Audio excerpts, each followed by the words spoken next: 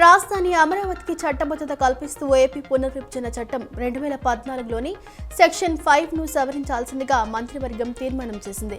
కొత్త రాజధాని స్థానంలో అమరావతి పేరును చేర్చాలని ప్రభుత్వం భావిస్తోంది.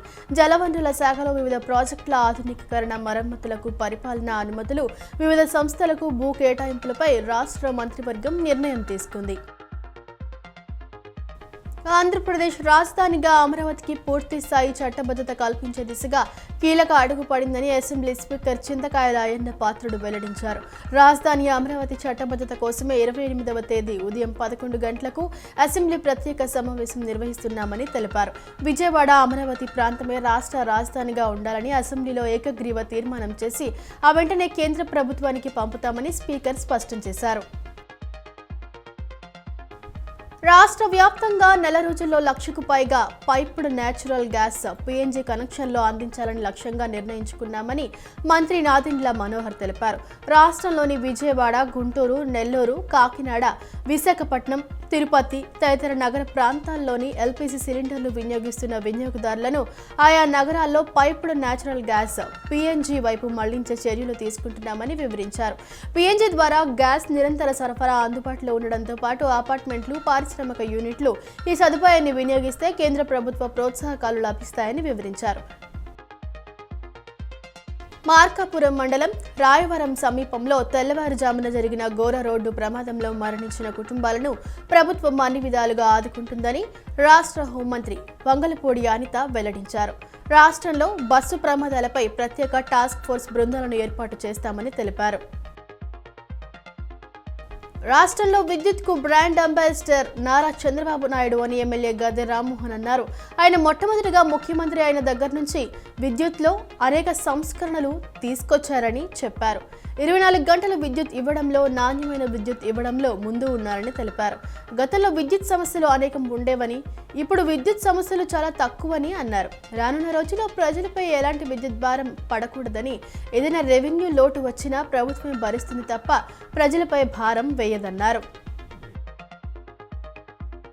ఎన్టీఆర్ జిల్లా జీకొండూరులోని జిల్లా పరిషత్ ఉన్నత పాఠశాలలో ఎమ్మెల్యే వసంత కృష్ణ ప్రసాద్ ఆకస్మికంగా తనిఖీలు నిర్వహించారు. పాఠశాలలో మధ్యాహ్న భోజన పథకం అమలు తీరును క్షేత్రస్థాయిలో పరిశీలించారు.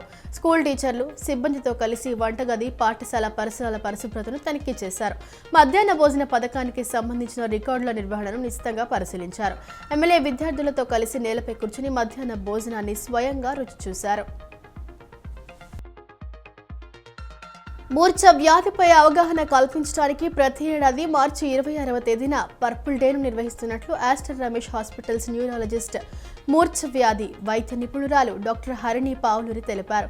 సామాన్య ప్రజలకు, మూర్ఛ వ్యాధి రోగులకు ఆ రోగం పట్ల అవగాహన కల్పించడమే పర్పుల్ డే ముఖ్య ఉద్దేశమని అన్నారు. మూర్ఛ వ్యాధి అనేది మెదడుకు సంబంధించిన వ్యాధి అని, మెదడులో కరెంటు తరంగాలు అధికంగా ఉత్పత్తి అవడం వల్ల వచ్చే వ్యాధి అని తెలిపారు. మందులు వాడుతున్న ఫైట్స్ కొనసాగుతూ ఉంటే డ్రగ్ రెసిస్టెంట్ ఎపిలెప్సీ అంటారని, అలాంటి రోగులకు ఎపిలెప్సీ శస్త్రచికిత్స ఒక సమర్థవంతమైన పరిష్కారంగా నిలుస్తుందన్నారు. తమ ఆసుపత్రిలో 2 బాలికలకు విజయవంతంగా శస్త్రచికిత్సలు చేసినట్లు తెలిపారు. ఏదైనా ప్రదేశంలో పనిచేస్తున్న మహిళలు భద్రతా భావాన్ని కలిగి ఉండి వారి భాగస్వామ్యాన్ని మెరుగుపరిస్తే అక్కడ ఆర్థిక సాధికారత మరియు సమ్మిళిత వృద్ధి జరుగుతుందని వాసవ్య మహిళా మండలి అధ్యక్షులు డాక్టర్ బి కీర్తి ఉద్ఘాటించారు. మహిళా ఉద్యోగినులు తమ ప్రాథమిక హక్కులైన స్వేచ్ఛ, సమానత్వం మరియు జీవించే హక్కులను ఉపయోగించుకోవడానికి లైంగిక వేధింపుల నిరోధక చట్టం తోడ్పడుతుందన్నారు.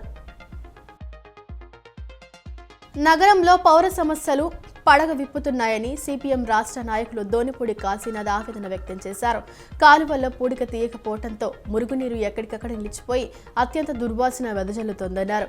ప్రజాప్రతినిధులు, అధికారుల నిర్లక్ష్యంపై జనం ఆగ్రహం వ్యక్తం చేస్తున్నారని, సమస్యలు పరిష్కరించుకుంటే పెద్ద ఎత్తున పోరాటాలు చేయాల్సి వస్తుందని హెచ్చరించారు. పేద పిల్లలకు అందించే మధ్యాహ్న భోజన పథకం పైన గరికిపాటి నరసింహారావు కించపరిచేలా మాట్లాడటం శోచనీయమని ఎస్ఎఫ్ఐ రాష్ట్ర కార్యదర్శి కె ప్రసన్నకుమార్ అన్నారు. మధ్యాహ్న భోజన పథకం అనేది భారతదేశంలో రాజ్యాంగం కల్పించిన ఒక హక్కు అని గుర్తు చేశారు. గరికిపాటి నరసింహారావు తన వ్యాఖ్యలను వెనక్కి తీసుకునే పక్షంలో ఎస్ఎఫ్ఐ ఇతర సంఘాల ఆధ్వర్యంలో కేసులు పట్టడానికి కూడా వెనకాడమని హెచ్చరించారు.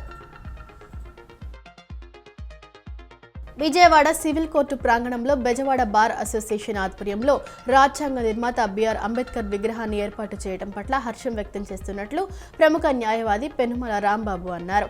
ఇటీవల బెజవాడ బార్ అసోసియేషన్ అధ్యక్షుడు ఏకే భాష, కార్యదర్శి కెవి రంగారావు, పెనుమల రాంబాబు అసోసియేషన్ సభ్యులు కలిసి ప్రారంభించారని తెలిపారు. తొలి న్యాయశాఖ మంత్రిగా పనిచేసిన బాబాసాహెబ్ అంబేద్కర్ ఆయన వాదులుగా ఆయన అడుగుజాడల్లో నడుస్తూ ఆశయాలను చిత్తశుద్ధి అమలు చేస్తామని స్పష్టం చేశారు. సామాజిక న్యాయం కోసం నిరంతరం పోరాడిన ధీరుడు డాక్టర్ బాబాసాహెబ్ అంబేద్కర్ జీవితం నేటి తరానికి ఆదర్శమని న్యాయవాది పెనుమల రాంబాబు పేర్కొన్నారు. కాంగ్రెస్ అధినేత్రి సోనియా గాంధీ ఢిల్లీలోని గంగారాం హాస్పిటల్లో చికిత్స పొందుతున్న తరుణంలో ఆమె త్వరగా కోలుకుని ఆయురారోగ్యాలతో ఇంటికి క్షేమంగా రావాలని కోరుకుంటూ ఏఐసిసి సభ్యురాలు సుంకర పద్మశ్రీ ప్రత్యేక పూజలు చేశారు. కృష్ణా జిల్లా ఒంగుటూరు మండలం ఆత్కూరు గ్రామంలోని శ్రీ సీతారామస్వామి దేవాలయంలో సుంకర పద్మశ్రీ ప్రత్యేక పూజలు చేశారు. సోనియా గాంధీ పేరిట ప్రత్యేక అర్చనలు చేయించారు. అనంతరం సుంకర పద్మశ్రీ మాట్లాడుతూ దేశంలో కాంగ్రెస్ పార్టీ అధికారంలోకి తీసుకురావడం సోనియా గాంధీ కృషి అనిర్వచనీయమని అన్నారు. సోనియా గాంధీ త్వరగా కోలుకుని క్షేమంగా ఇంటికి చేరుకోవాలని స్వామివారిని వేడుకున్నట్లు తెలిపారు.